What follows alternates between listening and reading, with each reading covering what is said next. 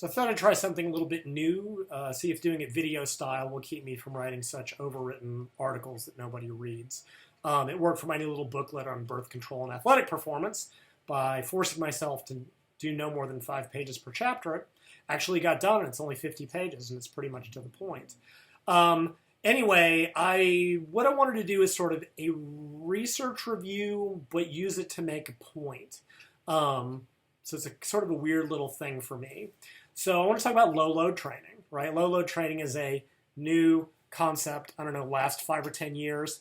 The idea being that they've got people taking 30% of maximum to failure, and many studies have found in varying groups that that seems to generate the same amount of growth as using 80% of maximum. And the idea, there's a couple different ideas that I'll have to address at a later point. But basically, when you go to failure, as I wrote about in my muscular tension series on the website, you seem to get basically the same sort of full recruitment, and they're seeing similar growth.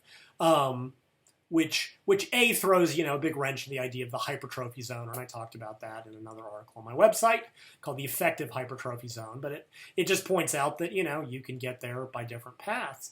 And I still am not, I don't think it's that useful, right? What's often not talked about is obviously it takes longer, it's less time efficient, it hurts more because of the acidosis. There's reports of people throwing up in the studies. And it's no better in terms of growth, right? It's the same at best. There's maybe some indication of some fiber type specific that needs more work. It doesn't improve bone mineral density. It doesn't generally improve maximal strength. So I don't know if I see the point. It's interesting physiologically, but in a practical sense, outside of a handful of situations, I just don't see why anybody would suffer that much more for no greater benefit other than to look edgy on Instagram. It has purposes. Like if you're injured and need to specifically reduce joint loading, it's great, just like blood flow restriction.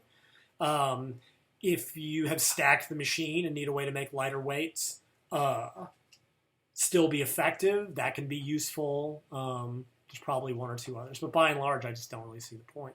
Admittedly, I do wish they'd stop testing like 30% versus 80%. Like, let's do something a little more 70% versus 85, something like that. Anyway, neither here nor there. The paper I want to kind of briefly look at is a paper that just came out. It's called Low Load versus High Load Resistance Training to Failure on 1 Repetition Maximum Strength and Body Composition in Untrained Women. It's by Dinyar et al., Journal of Strength Conditioning Research, July 2019. I don't think it's been fully published yet. So I'm just going from the abstract, but that's not really the purpose of this. Took 23 women. They tested 1 rep max, did either 30 or 80% for 12 weeks. They retested their max weeks 1, 5, and 12. They did 2 sets to failure, weeks 2 to 4 and 6 to 7. They did 3 sets to failure from week 8 to 11. Body composition was by DEXA, which is pretty good.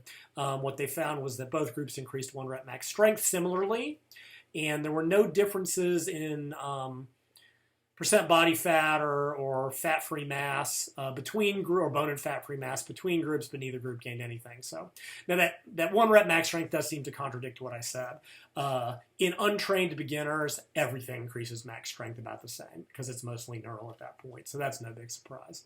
Anyway, that's not really what I want to focus on, right? What I want to focus on is a little addendum that the researchers made, which had to do with the repetition ranges that the subjects got. Right? Typically, when you read these, the average rep range is like 25 to 35 at 30% of max. And I'm not sure I even believe that, right? Most people can get 20 reps at 60%. And I have trouble believing that most people are gonna only get 35 at 30%. Like that's pretty light. You can probably test that for yourself. Regardless, here's the numbers they reported. They did 4 exercises: leg extension, seated military press, leg curl, lat pull down. In the 30% group, for leg extensions, the range was 5 to 38 repetitions. Right now, I don't know who only gets 5 reps at 30% of 1 RM. That's 5 rep max is like 85%. Really, they only got 5 reps. Seated military press, 2 to 32. So at 30% of their 1 rep max, they only got 2 reps. So if the 1 rep max was 100, at 30 pounds, they only got 2. Here's where it gets stupid. Leg curl, 8 to 204 repetitions. 204. Do you believe it? I don't. Then lat pull down, 7 to 448 repetitions. 448. At 2 seconds per repetition, that's like 12 minutes, 10, 11 minutes of lat pull downs. Do you believe that? Because I do not. And I don't think any of you listening to this do either. 12 minutes for lat pull at 30%. No. I can buy a range. I also don't buy that someone who could do, 100 for one and the lat pull down can only do 7 at 30 pounds. I don't believe it. The 80% group is a little more realistic. Leg extension, 1 to 16 reps. Now here's a problem. If you're at 80% of 1 RM and can only do 1, that's your 1 RM by definition. So the military press, 2 to 11. I can believe that for a number of reasons. Leg curl, 2 to 14. Lat pull down, 2 to 17.